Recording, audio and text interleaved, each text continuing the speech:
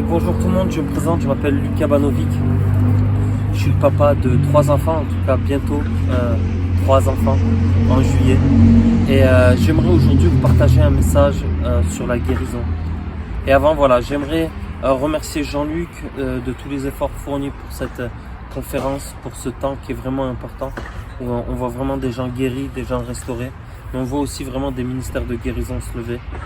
Et je me rappelle de, je crois que c'était Présence 2019 à Genève, juste le fait d'être dans la salle, le fait de sentir cette atmosphère tangible de la présence de Dieu, activer des personnes sans même les toucher, élever, faisait vraiment naître des destinées sans même toucher des personnes, juste par la présence, parce qu'il y avait cette unité de cœur, il y avait cette connexion de cœur. Et pour ça, je voudrais te dire un merci à toi et toute ton équipe et tout ce que tu fais, parce qu'on sait que ça porte du fruit. Et on aime semer dans une terre qui porte du fruit. Donc voilà, je m'appelle Lucas Banovic. Je suis sur la commune d'Annecy, j'œuvre dans la commune d'Annecy avec le ministère Prier dans la rue, d'où le fait que je suis dans ce cadre-là qui est vraiment important. Donc s'il y a des petits bruits, c'est pas ce qui est grave, parce que j'aimerais un peu vous immerger dans mon environnement. Il y a quelques temps de cela, j'étais dans ma chambre, j'étais en train de lire des livres sur la guérison, comment apporter la guérison dans la rue, comment apporter la guérison à mon travail. Et je lisais, c'est très bon de lire. Et arrivé un moment, en fait, j'ai vu qu'à force de lire, à force de me surcharger de connaissances, la pratique n'avançait pas. Et arrivé un moment, j'ai compris que si j'avais beaucoup de connaissances, mais peu de pratique dans la guérison, au milieu de moi s'installait la peur. La peur d'aller vers l'autre, la peur de prier pour les malades, la peur ou même l'incrédulité de croire que Dieu peut guérir.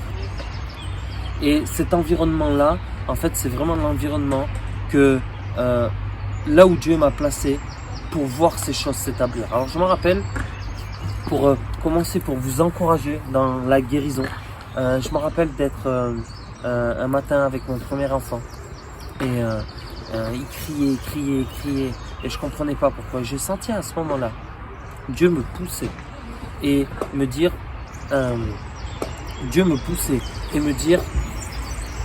va dehors. Je comprenais pas. Le petit criait, Dieu me dit va dehors. Bon, je prends le petit, je lui avais donné le bibi, je sors. Et au moment où je sors la porte, ça faisait et c'est comme là, tout d'un coup, je sens quelque chose qui me dit il faut que tu sortes. Dieu a utilisé mon bébé qui avait, je crois, même pas 2 mois. Et à partir de ce moment-là, pendant les 8 mois qui sont arrivés, chaque jour, je suis sorti du lundi au dimanche. J'ai peut-être loupé 3 dimanches parce que des fois j'étais fatigué. Et je me rappelle de ce temps où chaque jour je m'étais imposé de prier pour de 1 à 5 personnes. Donc je sortais chaque jour. Mais il fallait que je mette en pratique ce que j'avais lu dans des livres. Et en fait, je suis arrivé sur la première personne.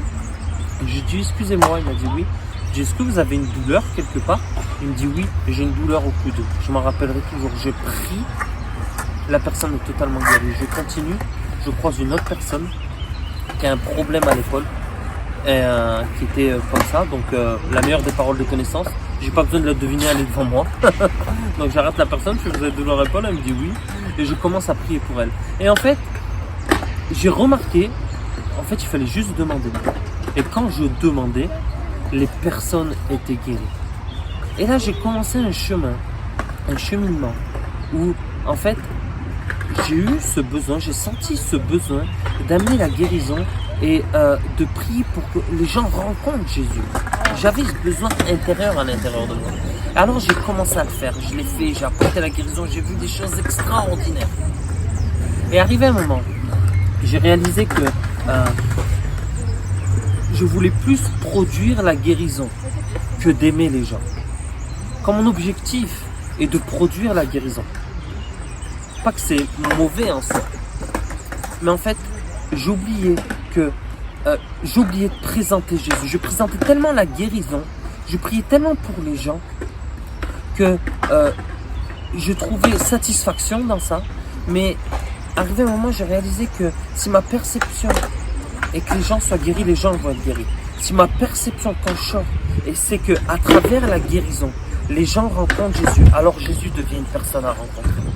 Et là, j'ai commencé à voir des personnes venir à Jésus. J'ai commencé à voir des personnes venir. Je me rappelle un soir dans notre église, il y a, et en chiffre vraiment normal, je crois, il y avait 44 personnes qui sont venues dans cette journée. Après être sortis dans les rues, on a vécu vraiment quelque chose de formidable. Et ce soir-là, je me rappelle, il y a 44 personnes qui sont venus à Jésus et qui sont venus dans notre communauté. C'était juste incroyable. Pour moi, c'était un réveil. J'avais réussi avec l'aide de Dieu et surtout grâce à Dieu à lancer un filet. Et souvent, la guérison, je la vois comme celle-ci quand elle manque d'amour, quand elle manque de compassion. C'est comme jeter un filet, mais d'oublier de tenir le filet pour ramener le filet, vous savez. Et la compassion pour moi, c'est vraiment un rôle important, c'est vraiment quelque chose d'important pour moi, c'est un ciment à la guérison. J'ai récemment, il y a 1 an et demi, j'ai perdu mon deuxième fils. Pour ça je vous dis, j'ai 3 enfants. J'ai perdu un deuxième fils à l'âge de 14 mois. Et malgré que nous avons tout fait ce qu'il fallait faire, nous avons obéi, nous avons prié, nous avons plus que prié. Je ne vais pas vous mettre les détails. Et notre fils est parti et ça a été vraiment un choc dans le sens que du jour au lendemain, on vous enlève la présence de votre fils, on vous enlève l'appartenance de votre fils, même si on dit que les enfants ne nous appartiennent pas. Quand ils partent réellement, physiquement, la théologie pratique n'est pas la même. Mais le jour où il est parti, le soir même, avec mon épouse, nous avons dit, on a dit la première chose, c'est peu importe ce qui s'est passé ce soir, tout va commencer dans la présence de Dieu et tout finira dans la présence de Dieu. Et dès le soir même, je me rappelle, nous avons loué que Dieu donne et reprend. Nous avons élevé nos mains, nous étions très très mal. Et à ce moment-là, vous allez voir comme c'est important. Dans le chemin que nous avons commencé à faire de deuil, on a rencontré toutes sortes de personnes, dont des personnes qui se sont levées direct. Vous allez comprendre. Ils se sont levés directement, ils ont dit « Ah, c'est le diable ». Certains se sont levés et il a commencé à avoir des propos, mais autour de nous, où en fait, tout d'un coup, on a réalisé que peu importe ce qui s'était passé, peu importe si on met sous le nom du mystère de Dieu, sous la souveraineté, sous le nom du diable, sous le nom de toutes ces choses, peu importe l'action qui a été menée, derrière cette action, il restait des personnes, c'était nous. Et en fait, j'ai remarqué qu'à ce moment-là, beaucoup d'entre nous, beaucoup de qui nous entouraient, en tout cas une partie, parce qu'on ne peut pas dire tous, n'avaient pas de compassion. Ils étaient remplis de sympathie. Et j'aimerais juste vous faire une petite définition entre la sympathie et la compassion. La sympathie, c'est ce qu'on éprouve pour autrui. On dit que la sympathie est notre participation aux émotions positives ou négatives ou à la douleur de l'autre. On l'identifie, même parfois on la ressent. Mais ça n'a rien à voir avec la compassion. La compassion, c'est souffrir avec l'autre. La compassion, c'est la sympathie sous forme d'action. On ressent la souffrance, on est immergé par ce que vit l'autre comme une émotion, tellement qu'on cherche des façons de soulager ou de le consoler. Je me rappelle, j'ai rencontré, à travers ce chemin que nous avons vécu, j'ai rencontré une personne qui lui aussi avait perdu sa fille. Et alors, bien sûr, on se retrouve dans un canapé et on a une histoire à raconter, les épreuves, les personnes qui ont commencé à se lever, à dire n'importe quoi. Ils me disaient, tu sais Lucas, moi quand je suis rentré dans la salle, ils m'ont dit, on a prié. Quand ton enfant est parti, on a prié. La présence de Dieu était tellement tangible, nous sommes avec toi. Il dit, moi je suis en train de perdre ma fille, toi tu me dis que tu étais dans la présence de Dieu. Et Et plein de situations similaires comme ça. Je me rappelle, il était à l'hôpital, il nous explique, et il vit quelque chose, lui est vraiment dans le lit, il est mort cliniquement parlant, il revient à la vie, il a une visitation du ciel. D'ailleurs, quand il me dit il a une visitation du ciel, j'ai dit waouh, ça a dû te faire du bien dans ton deuil. Il me dit pas du tout, j'ai quand même perdu ma fille. Et vous savez, on a comme des façons, des idées, mais ces idées, nous croyons que c'est des idées de Dieu, mais c'est pas l'idée de Dieu en elle-même. Et là, il y a une personne qui arrive et la première chose qu'elle dit, elle dit, oh, mais tu continues à lire ta Bible, mais tu continues à prier. Et en fait, malgré que je pense qu'elle avait des bonnes intentions, mais elle était sans cesse dans le fait de savoir si la personne était accrochée à une idée théologique, à une façon de vivre théologique. T'as prié, t'as fait ci, t'as fait ça. Et il dit non, j'ai pas prié. Il dit quoi? Et il commence à lui rentrer dedans. Et là, il me dit ceci. Il me dit, Lucas, quand je me suis réveillé, que j'ai appris que mon enfant était parti, Jésus est rentré dans la salle. Et j'ai demandé à Jésus de s'asseoir sur la chaise. Pas que je l'aimais plus, pas que j'étais en colère contre lui, mais c'est que là j'avais besoin de digérer quelque chose. Et vous savez ce qu'il m'a dit, Jésus? Il m'a dit, c'est ok, t'inquiète pas, je serai toujours à côté de toi. Et là, quand il m'a dit ça, je me dis, waouh, mais quelle leçon! Mais je me suis tellement attaché à une idée de Dieu que j'en ai oublié la personne qui était derrière. Je me suis tellement attaché à une idée de Dieu que j'ai oublié de souffrir avec la personne. Et là, je me rappelle dans ce moment, que ce soit mon épouse, mon fils, on vivait tellement quelque chose, on la connaissait la Bible, on connaît la Bible, on sait ce qu'elle dit. À ce moment-là, on n'a pas besoin de quelqu'un qui nous répète sans cesse de savoir ce qu'elle dit la Bible. Mais non, t'inquiète pas, ça va aller. Tu vas passer, tu vas l'oublier. Que des trucs bizarres comme ça. Et tout d'un coup, il y a des personnes qui faisaient partie de la famille, mais aussi extérieures, qui ont décidé de dire, ils n'ont pas essayé de mettre des mots dessus. Ils ont essayé, tout simplement, de venir avec nous et de comprendre notre souffrance. Comprendre qu'on peut avoir de la colère. Comprendre qu'on peut être déçu. Comprendre qu'on baisse les bras. Comprendre qu'on passe des nuits au lit en train de pleurer. On n'a plus de force. On nous a arraché la tenture de notre cœur. C'est une épreuve tellement dure. Et là, j'ai réalisé et j'ai commencé à demander pardon à Dieu. Parce que toutes les fois où j'avais prié pour la guérison, toutes les fois que j'avais prié pour des personnes, que j'avais cru avoir compassion, de l'amour pour eux, mais en fait, je n'étais juste venu produire mon truc, produire ma guérison et repartir. Mais j'avais pas souffert avec eux. Et là, j'ai commencé à demander pardon à Dieu parce que, en fait, j'étais brisé de l'intérieur. Et là, je me dis, mais Seigneur, mais en fait, je pensais même pas qu'on pouvait être brisé comme ça de l'intérieur. Et là, j'ai réalisé que dans mon entourage, des personnes dehors, des personnes dans la rue, même des chrétiens, étaient brisés de l'intérieur. Et en fait, ils avaient juste besoin d'être compris. Ils avaient juste besoin qu'on accepte, qu'on soit une oreille, qu'on ait de la compassion, qu'on souffre avec eux. Et en fait, là, j'ai compris une clé puissante. Quand quelqu'un est en train de souffrir, et tu es en train de le comprendre et t'arrêter dans sa souffrance, tu es en train d'aller le chercher dans le trou pour le ramener devant le trône de Dieu. Et ça, c'est quelque chose de puissant.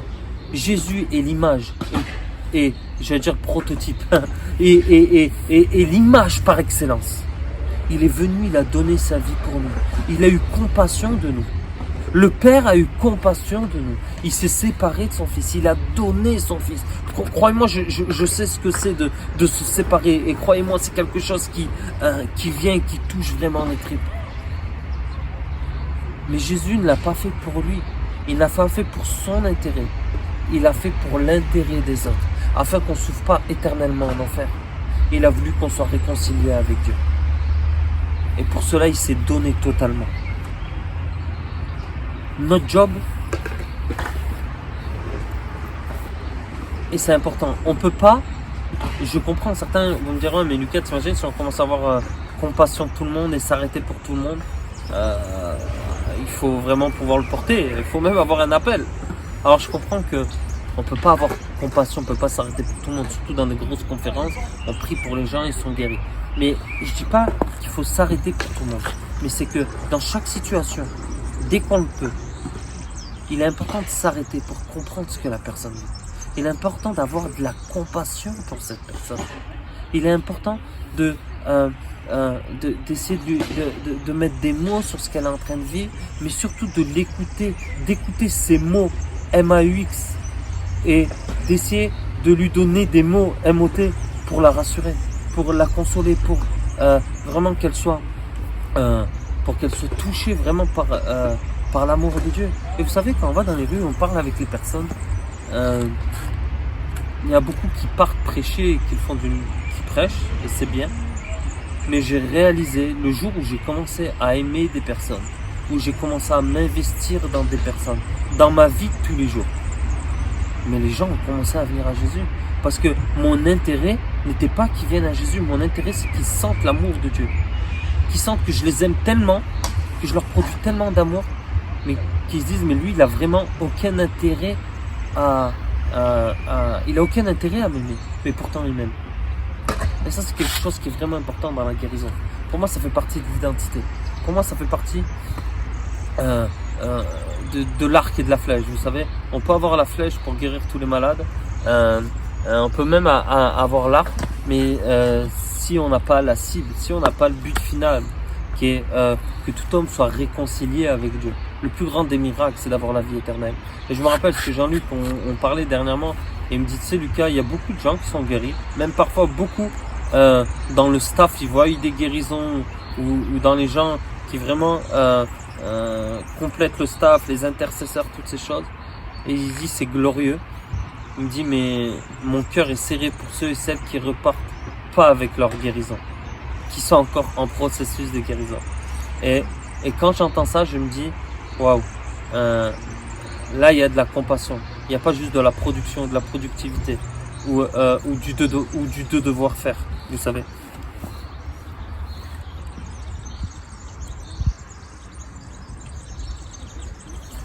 Dans la Bible, il dit que l'espoir différé rend le cœur malade, mais un désir accompli est un arbre de vie. Quand notre perception est que les personnes rencontrent l'arbre de la vie, rencontrent Jésus, alors l'espoir différé disparaît. L'espoir différé, c'est de comprendre que nous devons s'attendre à la guérison, que Dieu va nous la donner, mais c'est pas aussi rester statique à juste attendre la guérison pour rentrer dans la mission que Dieu nous a donnée. Si aujourd'hui tu souffres, si aujourd'hui tu es malade, si tu le peux, je te conseille de t'approcher de quelqu'un qui souffre encore plus que toi, quelqu'un qui est encore plus malade. Et tu verras, je le pense vraiment, et pour moi ça a été une clé, quand je commence à me centrer sur des personnes qui souffrent encore plus que moi, quand j'ai de la compassion pour ces personnes qui souffrent plus que moi, et j'ai réalisé que quand je m'occupe de ces personnes, donc je m'occupe du royaume de Dieu, Dieu vient et s'occupe de moi. Et la guérison est plus rapide. Quand je suis sans cesse centré sur mes douleurs qui sont compréhensibles, sur ma maladie ou sur ce que j'ai perdu, eh ben en fait, c'est là où les choses empirent. Donc il y a des étapes, on est obligé d'y passer, de regarder, on est obligé d'avoir des étapes difficiles parce que ça fait partie un peu du chemin de la guérison. Mais ce que je vous conseille, c'est de commencer un chemin pour vous tourner vers les personnes, pour vous arrêter pour des personnes, même une personne dans votre entourage, mais de s'investir en elle. Vous allez voir que quand votre perception va être que de regarder quelqu'un d'autre, vous allez voir que Dieu va avoir encore plus de possibilités et d'espace pour s'occuper de vous et de vous amener plus loin. Donc voilà, c'était vraiment un petit message, une petite capsule d'encouragement sur la compassion avec la guérison. N'oubliez jamais que le ciment de notre foi, c'est le fait qu'on donne notre vie à Jésus. Par amour, on est prêt à tout faire pour lui. Ce ciment-là qui nous relie à tous, c'est Jésus. Mais un Jésus qui a été mort et un Jésus qui a été ressuscité. Donc, ce que j'aimerais vous dire, c'est n'abandonnez pas si vous attendez votre guérison, qu'elle soit physique ou émotionnelle, mais centrez-vous sur Jésus. Donc centrez-vous sur les autres, car c'est vraiment le cœur de Dieu. Soyez bénis.